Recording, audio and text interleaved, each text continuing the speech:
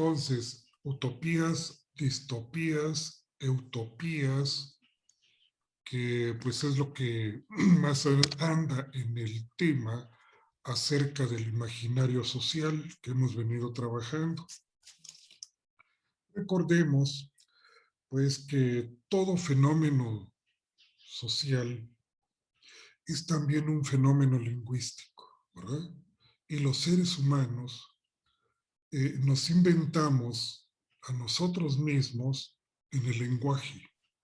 Es por eso que es muy importante conocer acerca de lo que son los mitos, ¿sí? Esos discursos míticos fundantes, cosmogónicos, teogónicos, morales, éticos, en fin, los grandes mitos.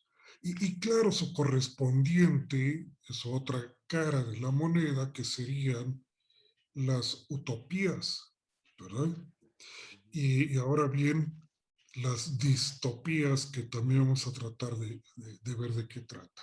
Pero lo importante de esto es que estamos viviendo una época como nunca antes, en la que tenemos tanta información como nunca antes, donde el hombre, sabemos todo acerca del hombre, pero también el hombre es el más desconocido de todos y se convierte en un problema, ¿sí? Por eso decíamos, paradójicamente, cuando hay más información y la información supone que reduce incertidumbres, aumenta certezas, pues hoy es cuando tenemos más información, pero también tenemos más incertidumbre, no la reduce. ¿Y a qué se debe? ¿Qué está pasando? ¿Por qué tenemos que entrar a este estudio de los mitos y las utopías?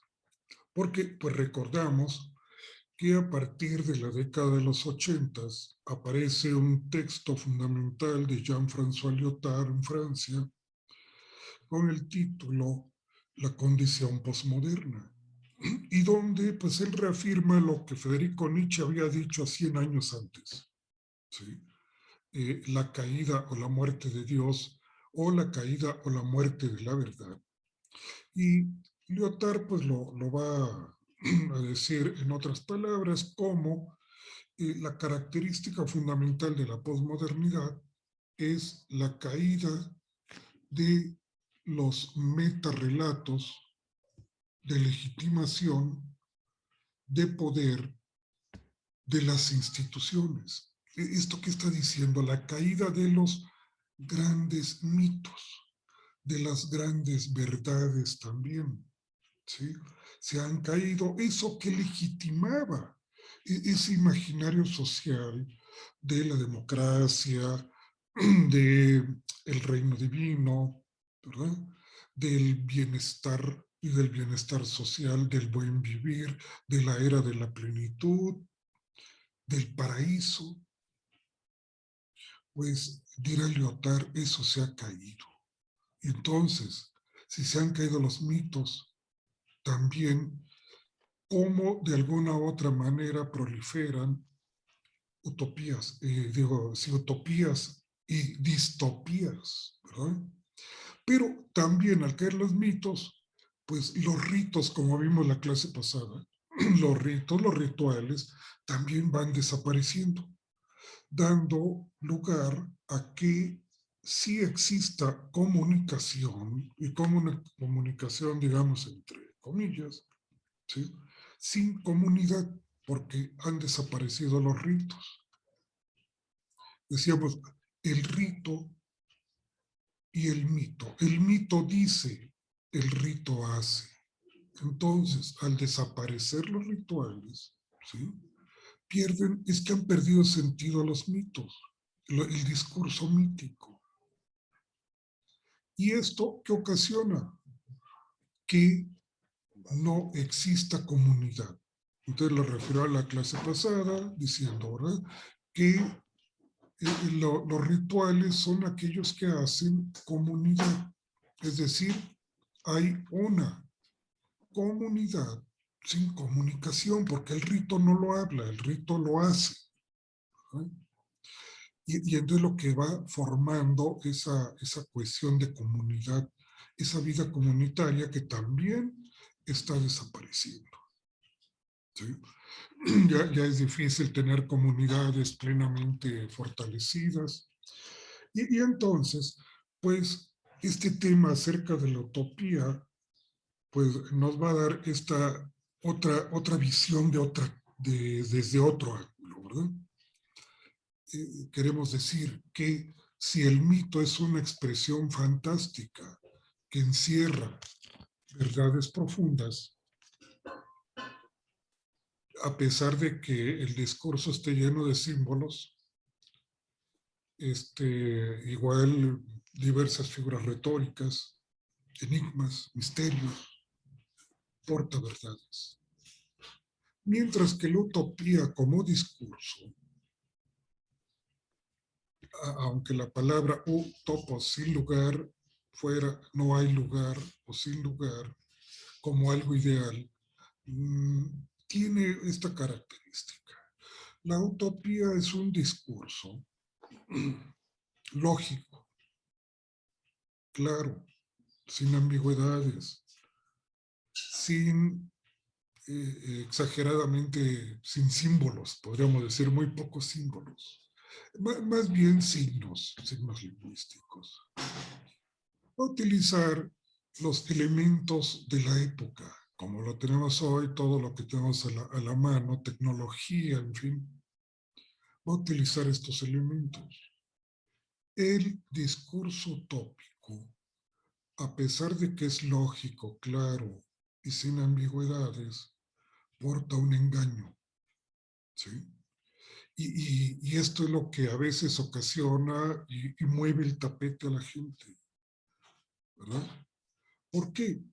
Uno de los libros de Francis Bacon, precisamente de carácter utópico, que es La Nueva Atlántida, pues decía que los hombres inventan también una verdad muy a su gusto, para sentirse a gusto, pero una verdad igual, entre comillas, ¿sí? Inventamos. Por eso el ser humano se inventa a sí mismo en el lenguaje. También la utopía, pues, es realizable.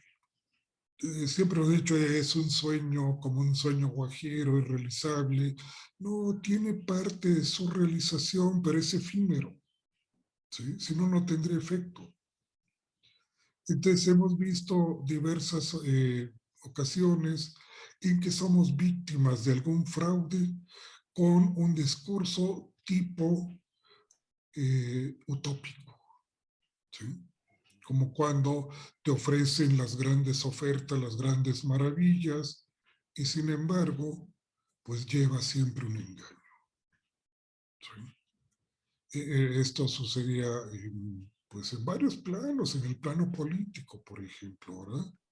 Cuando en 1959 triunfa la Revolución Cubana de Castro, pues, ¿qué diremos? Cuba se cumplió el paraíso cubano, ¿verdad? Pero pasado el tiempo, la gente no sabía cómo, o no sabía todavía cómo salir de Cuba. Eh, y aquel paraíso se hizo un infierno. Bueno, pues es una utopía. Igual fue realizable, por supuesto. Y así estamos de uno a otro, oscilando entre los imaginarios sociales en los mitos, las utopías y las distopías. Bueno, entonces ahí, al dar un vistazo a la historia, sobre todo la literatura, pues es de sobra conocido, ¿verdad? La obra de Tomás Moro, allá por el siglo, entre el siglo XV y XVI, Utopía, la isla de Utopía, donde pues es la imaginación de un lugar, de una ciudad, donde pues lo que impera es la felicidad, la plenitud, ¿verdad? De todo. Y igual sucede otra parte un poquito después, entre el siglo ya XVI y XVII, con esta obra magnífica de La Ciudad del Sol, de Tommaso Campanella, Ujú, 1626. ujú. Excelente obra del templo este elevado de 7 círculos concéntricos, donde la felicidad del gobierno y todo parece lo ideal, ¿verdad? Igual que habíamos mencionado Francis Bacon, La Nueva Atlántida, otra obra utópica Mm, tan oh, excelente.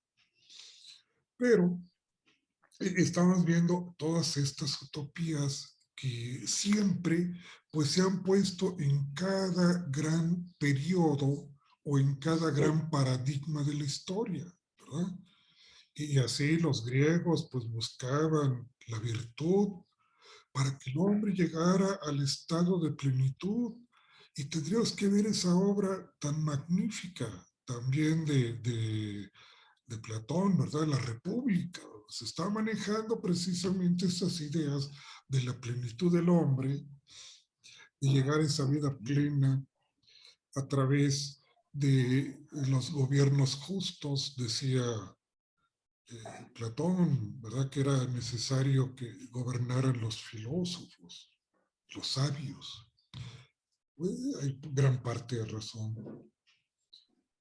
Y luego, pues la Edad Media, que va a anteceder a esta etapa de el siglo XV y XVI, la etapa del Renacimiento y de Tomás Moro, cuando lo que se buscaba, el ideal, la plenitud del hombre, debía ser la santidad.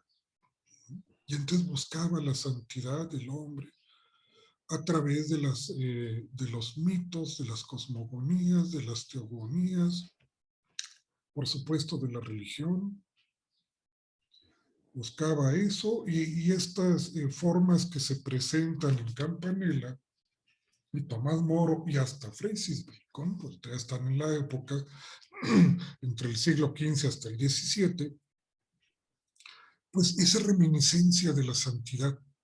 ¿Sí? Recordás que Tomás Moro pues era un teólogo muy religioso. Este, Se buscaba ese anhelo de la santidad, porque ya se veía venir una tremenda deshumanización. Y no solo digamos, estos grandes escritos utópicos, ¿verdad? En la filosofía, por ejemplo, la filosofía ya del siglo era 17, 18, con el obispo George Berkeley, filósofo, con sus teorías sobre el conocimiento, su teoría principal del antimaterialismo, ¿sí? Antimateria, donde pues la materia no existe, decía, lo que existe es idea. Entonces hay una mente que percibe y una cosa que es percibida y esa cosa percibida se llama idea. El inmaterialismo, perdón, el inmaterialismo de George Berkeley. Pero a leer la dedicatoria, se da cuenta que lo hace no con el fin solo de plantear una nueva visión epistemológica, sino también su preocupación honda por el terrible materialismo que se venía del siglo XVII, de entrada de la era moderna, siglos XVIII, el modernismo, y entonces pues el paradigma aquel de la santidad y la cosmovisión teológica de la iglesia que nos daría el estado de plenitud, el paraíso, pues no se cumplió. Y entonces al venir nueva era del siglo XVII para acá, estamos viendo la modernidad que también promete la plenitud, por supuesto, ¿verdad? Pero esto Vida fue eterna. a través ya no de Dios, sino a través de la razón y de la ciencia. Entonces, la ciencia será el nuevo Dios que nos dará la plenitud, pero no solo queda ahí, porque dentro de este periodo moderno también tenemos quienes ofrecen plenitud, por ejemplo, también. Y es que el pensamiento marxista, ¿sí?, también ofrece una plenitud, Claro. el socialismo o el comunismo científico, ¿verdad?, al cual aspiraba Marx. Y el capitalismo, pues también ofrece otro paraíso, esta plenitud a través de la fabricación en línea, de la alta producción, y estamos enredados en eso que hemos llegado hasta este momento de la posverdad, ¿sí?, de la posverdad, que no vamos a pensar que es algo que sigue de la verdad, sino todo lo contrario, es precisamente una distorsión deliberada de la realidad que manipula creencias y emociones con el fin de influir en la opinión pública. O sea, en otras palabras, la posverdad no es nada de verdad, es mentira, ¿verdad? Es esto, distorsionar a propósito la realidad y manipular no la razón, porque la razón ya no impera. La que impera es la emoción. Ahora es a través de las emociones. Así como cayó entonces la verdad del, digamos, del siglo, del siglo XV, XVI, XV más bien, y se crea un nuevo orden, la ciencia y la razón, pues también llegamos al quiebre de la ciencia y la razón, porque la ciencia no cumplió con las promesas, no llegó a la plenitud, no pudo dar el paraíso, no pudo combatir, o más bien, reducir al menos las guerras, sino su eliminación, el hambre, la injusticia. Todo esto aumentó del siglo XVII para acá. Y entonces tenemos un planeta ya casi destruido gracias a la razón y a la ciencia. Entonces la razón pierde el imperio, la ciencia pierde el imperio de el conocimiento, de la afirmación de una sociedad, y queda al mismo nivel ahora de la literatura y de otras disciplinas que no se ostentaban el rigor científico riguroso que ofrecía la ciencia positiva. Y así, entonces estamos en este plano que llegamos a que ahora lo que impera es la emoción, no la razón, ¿verdad? Y aquí estamos viendo precisamente esto que decía, la caída de los metarrelatos, la caída de los grandes mitos, la caída de las grandes verdades que daban legitimación a las instituciones. Entonces, se han caído. Pero bueno, se han derrumbado las grandes. ¿Y qué pasa? Que hay una lluvia de pequeños relatos, efímeros, por supuesto, y pasan de un momento a otro. Estamos en un bombardeo terrible de todo, de todas estas formas de utopías. Y así, por ejemplo, al echar un vistazo, por ejemplo, se han de recordar aquella obra distópica, no utópica, distópica, de El mundo feliz de Aldous Huxley, ¿verdad?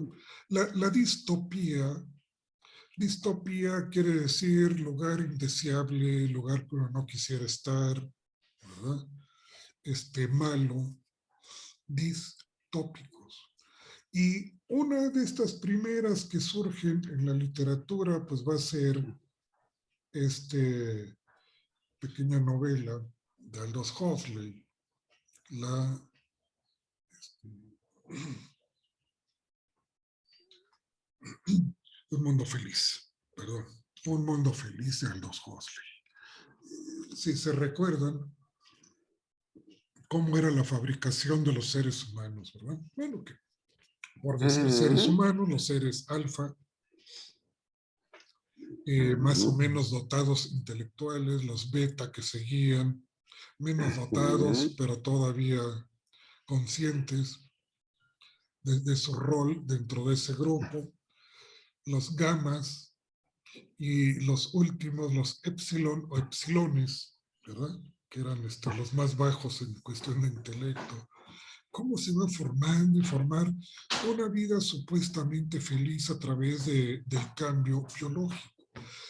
Habría que ver, por ejemplo, las fechas. Aldous Huxley escribe eso hacia 1933, 34, más o menos, por esa época. Y pues nos propone esa visión futurista también, que pues nos puede sorprender porque vemos que la novela distópica de Aldous Huxley pues no ha quedado en el pasado, sino que se mantiene tan vigente y tan presente que cada vez nos espanta más.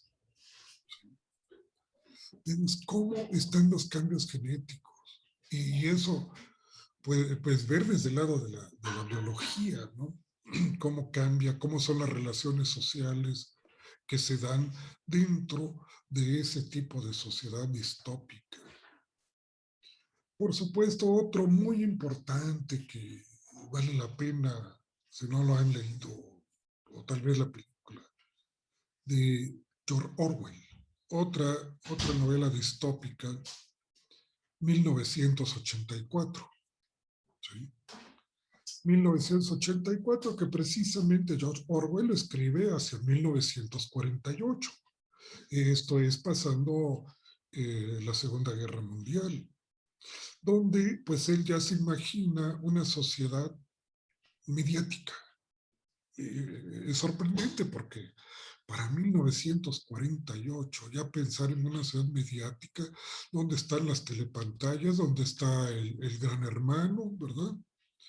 Que es el protagonista de la película, cómo se ven las relaciones humanas que hay también, mujeres por un lado, hombres por otro lado, no.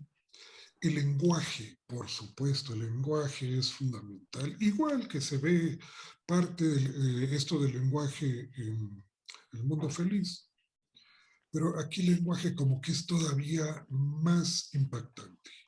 La creación de la neolengua en esta novela futurista, distópica, de George Orwell, 1984. Pues vemos ahí el mundo de las pantallas, aunque parecían pantallas rústicas de esas de mini computadoras del siglo pasado, ¿no?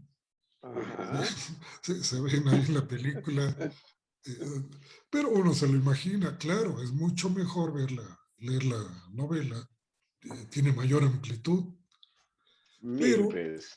¿cómo uno piensa, cómo se imaginó George Orwell el impacto de la tecnología? Que estamos casi en ese punto, ¿verdad? Porque solo falta como el protagonista Winston, de ahí de 1984, ¿no?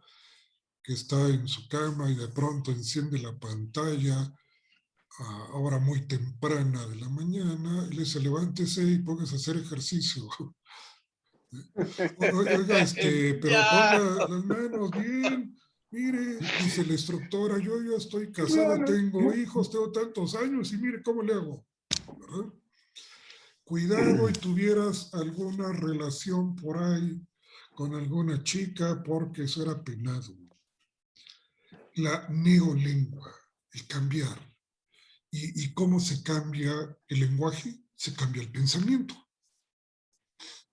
¿Sí? Está bien claro ahí, hay que cambiar el pensamiento, el crimen tal y la guerra es la paz, ¿sí? Y la ignorancia es la sabiduría, por ejemplo, que lo repiten y repiten. en las grandes telepantallas que ofrece ahí la novela de George Orwell. Y sin duda alguna, pues al verla, ahorita nos recordaremos de ese nuevo término que se inventaron, ¿no? La fake news, que es Sí. precisamente eso, es una mentira, pero una mentira que tú la dices 1000 veces y la gente que termina por creerlo todo.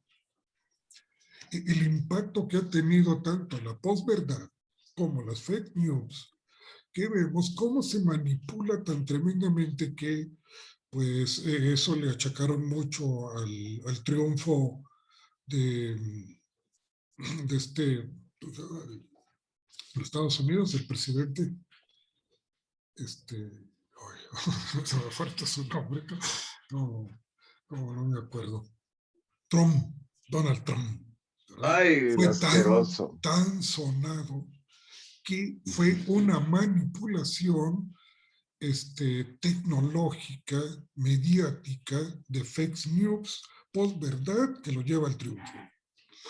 Bueno, ese es uno de los ejemplos que tanto se han comentado, pero hay muchísimos más. Entonces tenemos una obra distópica tan interesante como esta de 1984.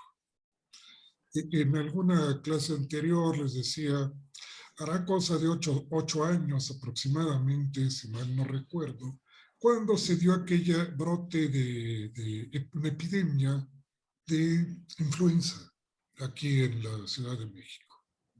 Bueno, al menos nos enteramos, yo me entero, una tarde, dice, esta tarde se detectó un brote de epidemia de influenza. Y para el día de mañana no va a haber clases, los niños no van a ir a las clases, las escuelas van a cerrar. Yo creí que era, pues cuento, ¿no? Porque se detectó apenas, y cómo es posible que ya los secretarios de Estado más importantes, Secretaría de Salud, Secretaría de Gobernación y Secretaría de Educación, se pusieron de acuerdo para cerrar escuelas, universidades, y así fue. Y así fue realmente. Entonces, yo ya había leído esta novela, pero había visto la película, una película color muy bien realizada, ¿eh? De 1984, pero además tenía varias tesis que estaba asesorando sobre recepción televisiva para hacer el estudio crítico de televisión. Bueno, pues entonces, pues no me quedó más remedio que irme a la casa de mi hijo en Puebla, allá en el campo, y pues como con la prisa y todo de salir de la Ciudad de México, no llevé libro, nada que, en qué entretenerme, pues me puse a ver la televisión de cable y pasaba una y otra vez. Se han de recordar de aquella persona, la primera que tuvo influenza, que fue en Oaxaca. Y lo repetían como 1000 veces por todos los canales y por todos lados. ¿Y cómo es posible que llega y se reparte por todo el mundo? A China, por ejemplo, ¿no? Y los chinos no nos querían ver a los mexicanos, pero ni en pintura, por la dichosa influencia. Después de revisarlo, dije, esto parece una manipulación mediática tan fina que de un momento a otro, en unas pocas horas, pues cambió todo. Qué manipulación tan tremenda. No descarto, por supuesto, la Realismo. cuestión biológica, ¿sí? De la influenza. Sí, llegaron médicos a exponernos conferencias sobre la influencia desde el punto de vista biológico, pero no hubo quien dijera algo desde el punto de vista mediático, geopolítico, ¿verdad? Y sobre todo de orden distópico, utópicos, eutópicos. No, pues eso no se trató. Entonces dije, esto es igualito, solo falta que se instale la policía del pensamiento, ¿verdad? Porque es como ahora, pero ahora no está tan firme, ¿eh? O sea, estaba prohibido saludar de beso a una amistad, a una persona, una amiga, saludarla. Y, ¿sabe qué? Que se quería poner a rango de ley. O sea, por ley. Así, si usted lo cachamos, besando, no, besando a esta chica o viceversa, una multa. Pues esto es lo que pasa en 1984. Dije, esto es igual, solo falta la policía del pensamiento. ¿Y cómo manipular la idea, verdad? Una parte tan interesante de esta novela es cuando es detectado Winston con Julia, pareja rebelde, que se veían escondidas y tenían relaciones escondidas. Cuando los cachan, pues es llevados a la clínica del amor, donde pues hay que curar a Winston. Y para eso, ¿cuántos dedos tengo aquí, Winston? Winston contesta 5. Estás mal. Le habían puesto electrodos en la cabeza para choque eléctrico. Choque eléctrico. Está usted mal. Le vuelvo a repetir, ¿cuántos dedos tengo aquí? Pone 4. En una de ellas dice 4. Miren, le dice como que me estás dando solo el avión, ¿eh? No, 4. Dice 5. 5 me estás dando el avión, choque eléctrico. Después de tanto choque eléctrico, le vuelven a preguntar cuántos dedos tengo aquí. Y dice, pues la verdad ya no sé, ya vas mejorando. Hasta que dijera 5, con convicción, y amo al gran hermano. Esto va a traer algo igual que la novela de Aldous Huxley. Pero pues también recordar Fahrenheit 451, ¿verdad? También tan ilustrativa. Un poquito después, en 1953 aproximadamente, aparece Fahrenheit 451, la vida de este bombero, el 451, que se dedicaba a quemar bibliotecas. Los libros, ¿verdad? A quemar los libros. Pero Clarisa, una niña jovencita, le dice, bueno, ¿qué no se supone que los bomberos eran para acabar con el fuego, combatir el fuego y no encender fuego? Y le hace pensar. Y le hace pensar mucho cuando llegan a una biblioteca, a una casa, y la biblioteca va a ser quemada. Pero no la van a quemar ellos, la va a quemar la dueña. Y además se va a prender fuego ella misma. Y pues la dueña de la biblioteca se quema con sus libros. Y esto le hace pensar y se roba los libros. No, es que la cuestión es que los libros te hacen ser diferente. Te hacen ser diferente a los demás. Y aquí todos debemos ser iguales. Que es la misma visión que están en las 3 obras. ¿Sí? Esta de la igualdad, ser iguales. Bueno, ya no se diga si avanzamos un poco más hacia las películas de la Matrix, por ejemplo, ¿verdad? Mucho más nueva, que también sería otra obra fílmica de carácter distópico. No quisiéramos estar ahí. Y sin embargo estamos viviendo una época en que parece no quisiéramos estar aquí, ¿verdad? Estamos viviendo una especie de novela donde pues poco falta para el punto donde llegaba la sociedad del gran hermano en 1984 de Orwell, ¿sí? Donde el mundo feliz de Aldous Huxley, de Ray, Fahrenheit 451. Ray Bradbury. Sí, exacto, Armando. Poco nos falta para eso. Y entonces, estaríamos hablando ya de esta visión distópica que se está ofreciendo, pero que no nos estamos dando cuenta. ¿Sí? ¿Por qué? Porque ya impera, está armado una visión que se le llama teoría del pensamiento único. Y miren, pues la teoría del pensamiento único pues se va filtrando por todos los medios. La educación principalmente, porque la educación es un punto fundamental en esto. ¿Sí? Y la teoría del pensamiento único. Es más, podríamos ver algún comentario, no, un discurso de unos 20 minutos del Papa Francisco, precisamente hablando sobre la teoría del pensamiento único, que es el pensamiento único, ¿verdad? O sea, no pienses por tu cuenta. Entonces hay que quemar los libros, Fahrenheit. Hay que crear un diccionario de la neolengua, 1984, ¿sí? Para que el pensamiento sea igual. No pienses por ti.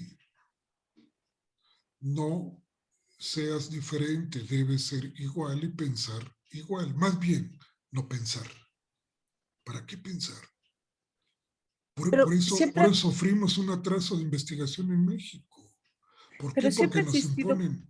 Sí, la escucho. Joana. Soy Joana. Sí. Es que no, está muy mal mi internet, entonces por eso me tardé en entrar y así. Ok.